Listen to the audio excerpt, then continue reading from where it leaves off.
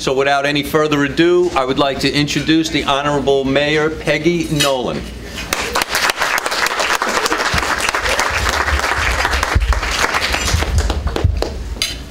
Good morning. Good morning. They told me there was no mic. I don't think I need one, do you? It's an honor for me to be here today, and it's a privilege that you've invited me, because without businesses in our community and without businesses working together, our cities wouldn't be successful. So I thank you all, and I'm thrilled that this is the room is as crowded as it is. I was invited to your Christmas party, and sorry, I ended up in the hospital. So that's the only reason I wasn't here. And I was really disappointed, because I'd much rather have been at your party than in the hospital. But I'm fine. I just had a nasty flu. Now I have an ulcer. So I'm surprised I only have one. But I'm alive and I'm well and everything's good. Good blood pressure.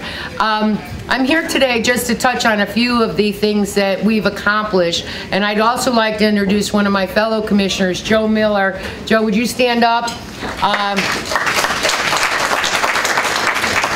He's the District 1 Commissioner, which is from Dixie Highway to the ocean, and he has one of the prettiest areas in our district and in our city, and we've done a lot. We've accomplished a lot in that district because it's a community redevelopment area. We've redone the Cove Shopping Center, the Hillsborough landscaping, and the new streetscape. We're working on the pier. We're going to have a new pier, a new bait house, and there's a lot of activity going on our community. In 2010, the city of Deerfield Beach had we were the third lowest in the emergency reserve balance. We counted on property taxes for almost half of our general fund, faced with an 18% drop in property taxes. Despite these challenges, this year marked the beginning of a long-range plan for the city of Deerfield Beach. Several things contributed to the plan. The first was the decrease in property taxes. If any of you own residents or businesses in the community, and you look at your taxes this year, you will see that your bills went down, your tax bills. And it's not because of the property value of your businesses or your property, your residential property. It's because of the fact that the City of Deerfield Beach Commission, along with our great city manager, came up with innovative ideas, so everybody in the community is contributing to the taxes in the city. So your property taxes did go down by 15%. We are. Thank you. You're welcome. Well, what we did is we imposed a utility tax. So we were the only city. There was 3 cities. One was Lazy Lakes with a population of about 2,500 people, and another city. We were the only city that didn't have a utility tax on your electric, your water, and your gas, if you have gas.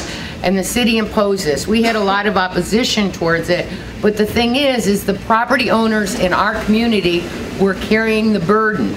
And it got to the point that that's not fair, because these are the people that are paying to run the city, and everybody lives here and everybody uses the service. So what this did is it imposed, and if you look at your electric bill, it's probably $4 a month that it went up, where we were able to lower the millage rate on the property owner. So everyone, whether you're a renter, you now are paying to help with our general fund and maintain our city to the level that we're used to. So we reduced our general fund budget by $650,000. Over the past 2 years, the city has decreased spending by nearly 9%. The city plan includes visions of public safety. This year, we joined forces with our Broward Sheriff's Office. For over 20 years, our police department has been with the Sheriff's Office. This year, we incorporated our fire department, our fire rescue service. This is saving the city of Deerfield Beach $2.8 million this year alone. And we know that over the next several years, it'll be at least $1 million a year. What this has done for us is that we have all these new resources for the residents of the community and the business.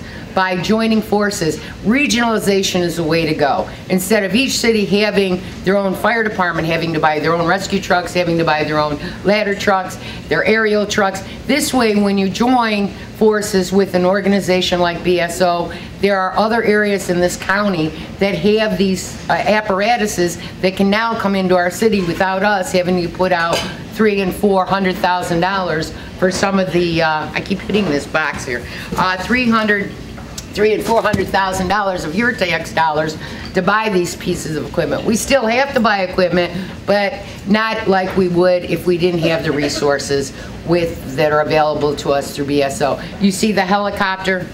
We wouldn't have, you know, now that we are completely BSO, we're very fortunate, and we have a great sheriff, Al Lamberti. Sorry, he was our, when we first went to BSO, the city of Deerfield Beach, 20 years ago, Al Lamberti was the chief of police in the city of Deerfield Beach, so he has a soft spot for us up here, which we're very lucky. This year, our employees took a 5% decrease in salary, plus they're paying 10% towards their health insurance. Unfortunately, last year, we had to lay off 122 employees. You know, they always say that cities are fat and happy. Well, we're not fat and happy. We are trying to, you know, let everybody in our community, everybody in our city, every employee is helping contribute to this endeavor of keeping our city the way that we're used to having it and the services that the residents are used to having. What they've done is, and again, some of our part-time employees, they've gone from, everybody's making a sacrifice, including all of you.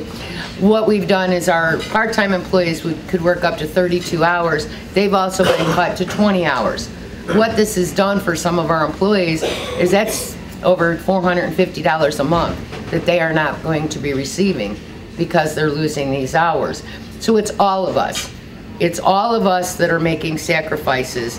So, and I know all of you, you own businesses, you know what it's like. You know what the health industry is doing to us, which is a, you know, almost a travesty that, you know, when you go into, I go into the Walgreens to pick up a prescription and there's someone in front of me and they're being told that it's $250. It's like, oh my God, you know, how can people afford this?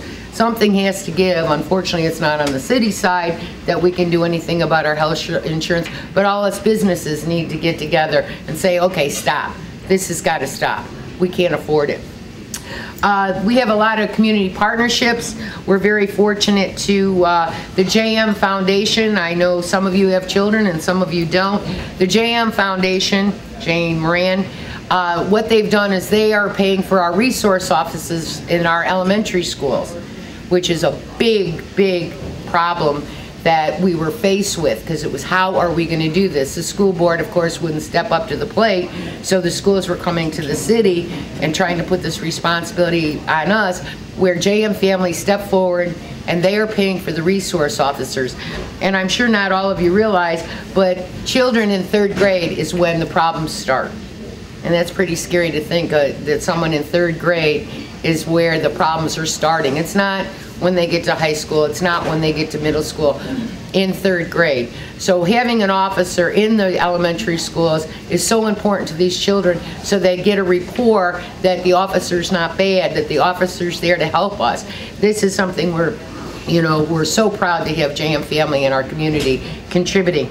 They also sponsor a college tour, and what this is, it's a program that's going on in our Deerfield High School, and I believe there's over 40 children that are involved in it, and they get some of these at high risk children that possibly won't have the opportunity to go to colleges, and they work with them every week on Saturday. I think it's a 10-week class, and they have tutors that come in. Then they take these children that otherwise wouldn't have the opportunity to go out to the colleges in South Florida and North Florida, and they take them there to show them the opportunities that they can have and possibly be going to these colleges. They help them teach them how to do the applications, how to get funding.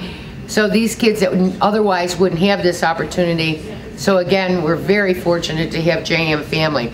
They also are a mentor with our PAIL program, BSO, which I don't know if any of you are familiar with that, but it's Police Athletic League, which right now it's over at our main fire station. Well, it's not our main fire station, for years it was, on Hillsborough and Federal Highway. Upstairs, Butch Santee runs a program. He has the boxing program that's going on, and also soccer. What they have now is they have the turntables. They're teaching the kids to be DJs. Sorry. I know. I'm just hearing that lady from my left ear, sorry. Which is great because not every kid's an athlete, so they're teaching them to be DJs. They have over 12 stations set up there that they're teaching them how to, be a DJ. And if you have the opportunity, please go over there and see it, because when you walk in there, you're like, wow, it's really, I know Avis has been over there, and Frank has been a big sponsor of this. It's great, because this is our future. You know, these are the kids that are going to be taking care of you and I in a year or two. At least me. I've also, along with my fellow commissioners, we reestablished Student Government Day, which years ago when I was a city commissioner, we always had Student Government Day. So we invited the children from the elementary school, middle school, and the high school to come to City Hall and see how government works. That program fell by the wayside when I was out of office. Well, when I got back in office, this was very important to me, because children need to know what our city does, what our government does, what our mayor and our city commissioners do. And you know what? Through children, it's no different than you learn to recycle through your children that brought it home from school. So kids come come into the City Hall and they see what the city manager does, what our water department does, what our sanitation department, and they're excited about it. They come back and they say, oh, we can't wait till next year. Can we come again? Well, if you're still in student government, yes, you can. I've also started a youth advisory council for me to help me. My children are 25 and 23 and 21. So I don't have the kids that are in school anymore. What we've done is I've started a youth advisory council, so the children in the community that live here and anybody that has children that would like to become part of this, please let me know, because they're going to be the voice for the youth in this community, and that's what we need. What I've tried to do is there's some kids in our programs. We have several boards in the city that we have volunteers. We have a community appearance board, we have a planning and zoning board. We have these boards that we have volunteers on, and they make decisions when you come in to open your business, what color your building can be, your zoning